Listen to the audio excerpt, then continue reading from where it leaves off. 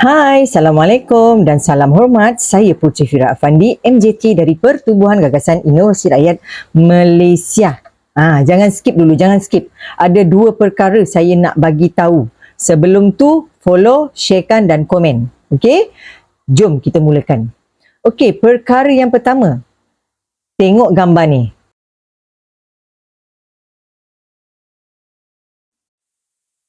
Okey guys, dah tengok. Okey, berita-berita yang dari vlog-vlog ni semua jangan percaya. Ramai yang dah terkena dengan tajuk berita ni, konon-konon mantap sangat. Dah banyak kali dah kami PJIRM pesan. Masih ramai yang tanya betul ke tak betul berita ni, betul ke tak betul. Okey, perkara yang kedua.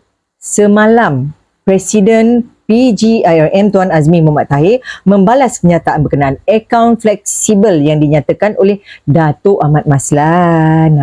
Kata Tuan Azmi, kita ni lah pencarum seluruh Malaysia yang tercicir. Seramai 99,335 orang membantah sekeras-kerasnya alternatif pihak kerajaan untuk melaksanakan akaun fleksibel bagi meringankan beban pencarum. Salam dan selamat malam katanya. Saya terpanggil untuk mengulas sedikit tentang isu akaun fleksibel yang akan dilaksanakan pada tahun depan dan sekarang ini masih lagi dalam perbincangan untuk memuktamadkan apa mekanisme dan perinciannya bagi membantu pencarum tanpa mengira kategori ketika berada dalam kecemasan. Pihak kami dan pencarum seluruh Malaysia tidak menolak cadangan dan alternatif akaun fleksibel ini, dan akaun fleksibel ini hanya boleh diguna pakai bagi simpanan jangka pertengahan dan panjang. Tetapi pencarum yang tercicir, terdesak dan yang terkesan ini perlukan sekarang bagi mereka keluar dari kemelut kehidupan yang sangat tertekan dengan kos sara hidup tinggi dan tidak mempunyai pendapatan tetap atau potongan KWSP ya. Sehubungan dengan itu, kata Tuan Azmi lagi, saya ingin menyatakan beberapa faktor penting kenapa dan mengapa pengeluaran KWSP air bersasar ini wajar diluluskan. Dan pengeluaran ini hanya bersifat sementara bagi mengeluarkan pencarum-pencarum tercicir keluar dari fasa pemulihan.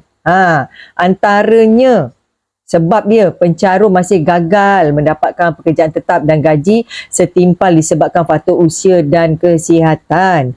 Kedua, pencarum berstatus suri rumah dan ibu tunggal yang sedang struggle untuk meringankan beban suami dan meneruskan kelangsungan hidup demi anak-anak mereka yang perlukan banyak kewangan untuk persekolahan dan kesihatan.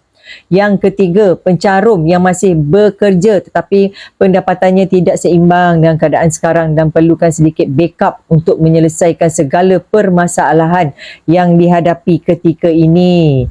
Okey, yang keempat guys, pencarum menghadapi permasalahan rumah tangga dan ada yang hampir berantakan ataupun berpisah, bercerai kerana tidak mampu untuk mengalas tanggungjawab sepatutnya disebabkan hutang yang tertunggak semakin tinggi dan harta benda banyak yang dipajak kerana tidak mampu.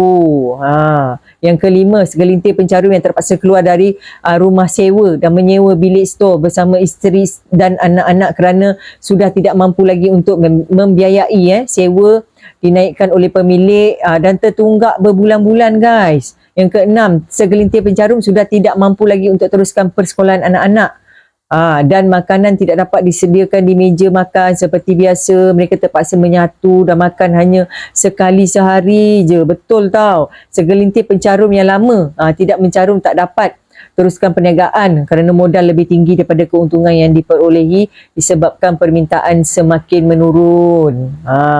Pencarum sudah hilang kesabaran untuk meneruskan kehidupan mereka dan mereka mengharapkan pengeluaran KWSP air bersasar diluluskan dengan kadar segera. Yang kesembilan, pencarum terikat dengan pinjaman alung kerana tiada jalan lain lagi yang dapat membantu mereka menyelesaikan masalah hutang sedia ada dan sedikit wang untuk meneruskan kehidupan mereka.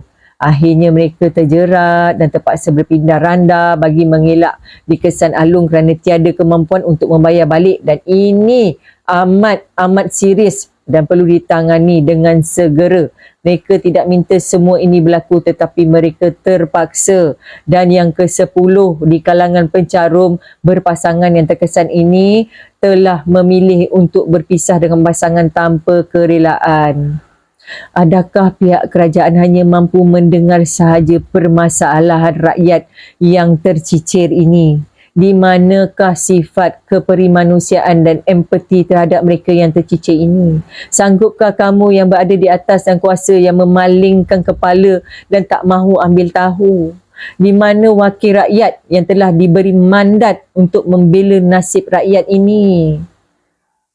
Ini adalah satu penindasan kezaliman terhadap pencarum yang tertekan dan terdesak, ya. Tolonglah. Kami menggesa dan mendesak wakil-wakil rakyat bangkit suarakan kesusahan rakyat yang kritikal ini.